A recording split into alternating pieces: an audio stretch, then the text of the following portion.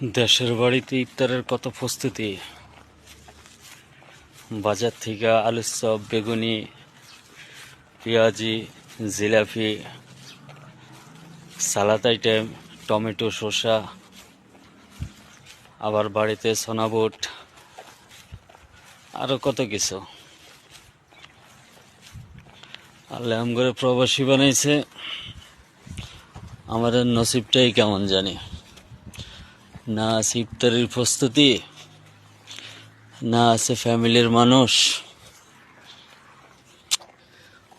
রোজার দিন যাইতেছে, রোজা রাখতেছি, ব্যাস এতটুকুই। রোজার যে একটা আনন্দ থাকে না, ফ্যামিলির সবাই মিলে বসে ইফতার করা, একসাথে ইফতার বানানো, ইফতারি সামনে নিয়ে আল্লাহর কাছে দোয়া করা, আল্লাহর কাছে মুনাজাত করা, ওগুলি হয় না। ইফতারের কতক্ষণ সময় বাকি আছে আর?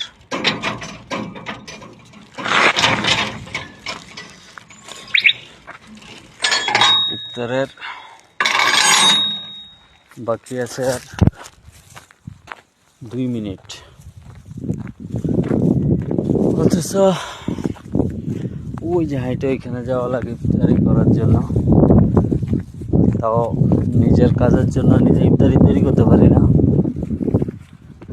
দেশের 2 ভাই আছে, একজনের বাড়ি কুমিল্লাতে, একজনের বাড়ি চট্টগ্রামে, রোজার রাঙ্গুনিয়ার।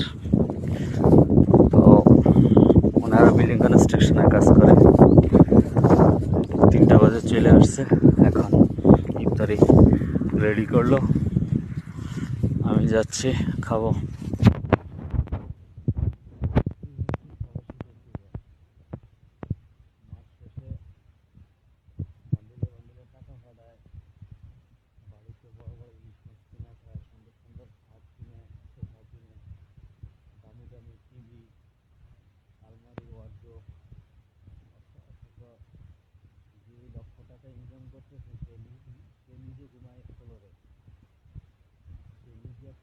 বেশি 2 তরকারি রান্না করে ভাত খাইতে পারে না।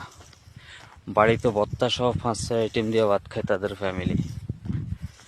তারপরও ফ্যামিলির কাছে প্রবাসীদের মূল্য নেই। এই তো জীবন। ভালো থাকেন, সুস্থ থাকেন, সুন্দর থাকেন, দোয়া করেন। আমি মাস্কাট প্রবাসী। আল্লাহ হাফেজ, আসসালামু আলাইকুম। ওই যে ওনারা ভিতরে আছে, আরেকদিন দেখাবো।